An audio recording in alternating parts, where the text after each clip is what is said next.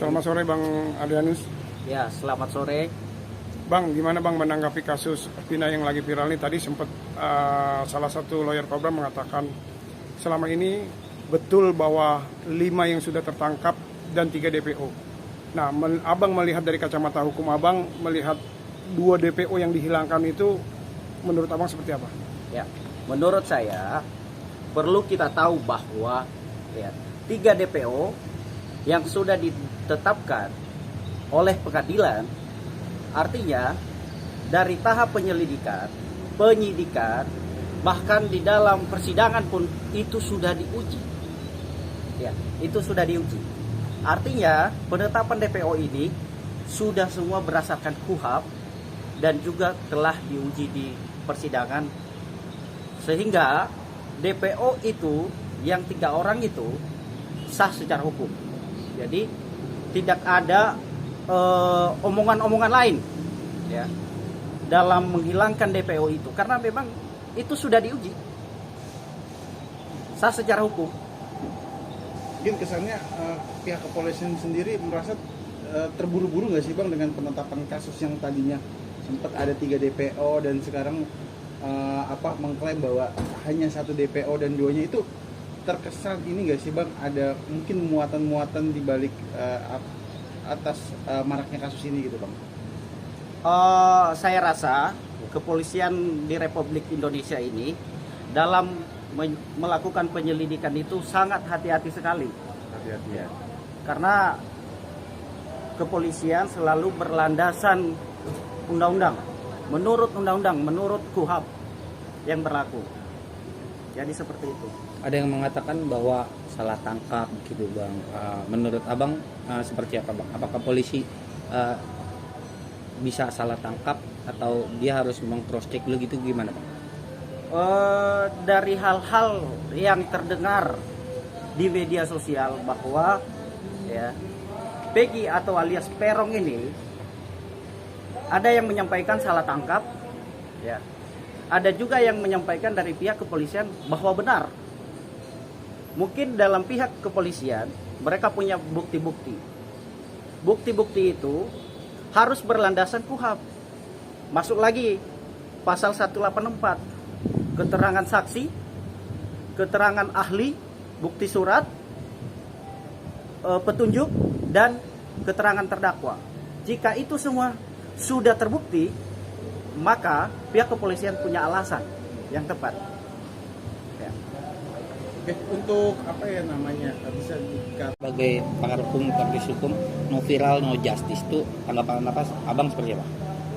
Tanggapan saya, karena sekarang ini memang sangat dilema untuk mencari keadilan, sampai-sampai untuk diviralkan baru terdapatlah keadilan. Itu pun mendapatkan keadilan harus diviralkan dulu. Nah, itu sekarang yang terjadi saat ini. Menurut saya, Indonesia nggak boleh kalah dengan hal itu. Negara nggak boleh kalah dengan hal itu.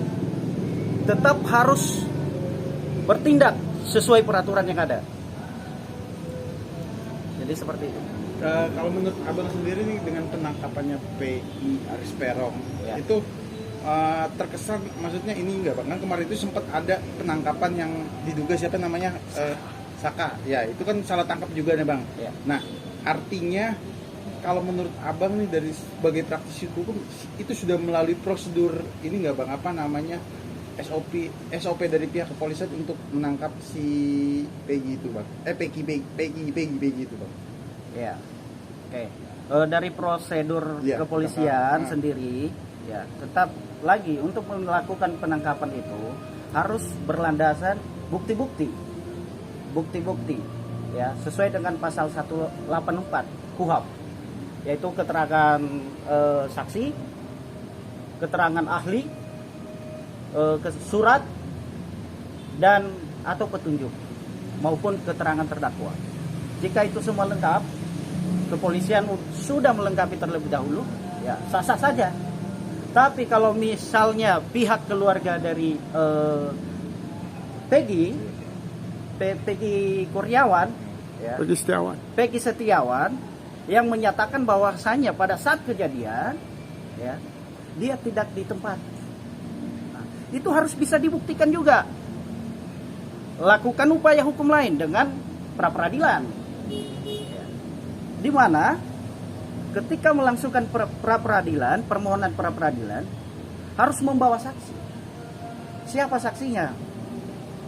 Apa alasannya? Apa dalilnya kenapa bisa mendalilkan seperti itu?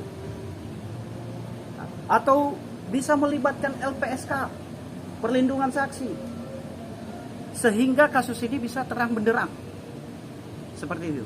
Tapi ketika misalnya pembuktiannya ternyata ini kan kita berandai seandainya tidak terbukti Peggy bersalah gitu, apakah pihak dari Peggy bisa menuntut pihak kepolisian juga sih bang sebenarnya bang, dalam artian untuk salah tangkap seperti itu bang? Kalau dari segi hukum ada nggak bang seperti itu bang?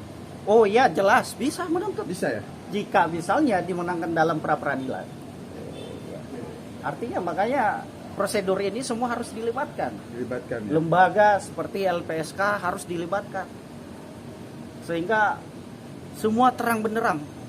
Lakukan upaya hukum seperti melakukan pengaduan ke Kompolnas, permohonan pra peradilan.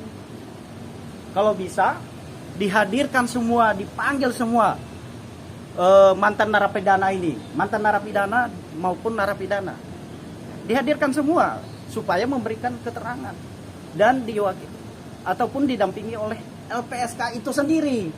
Nah, jadi saya mohon kepada Pak Presiden ini juga atensi, ya, jangan sampai hukum di negara ini jadi kacau balau. Ya, Indonesia adalah negara hukum, harus tetap dihormati. Hukum itu adalah nomor 1.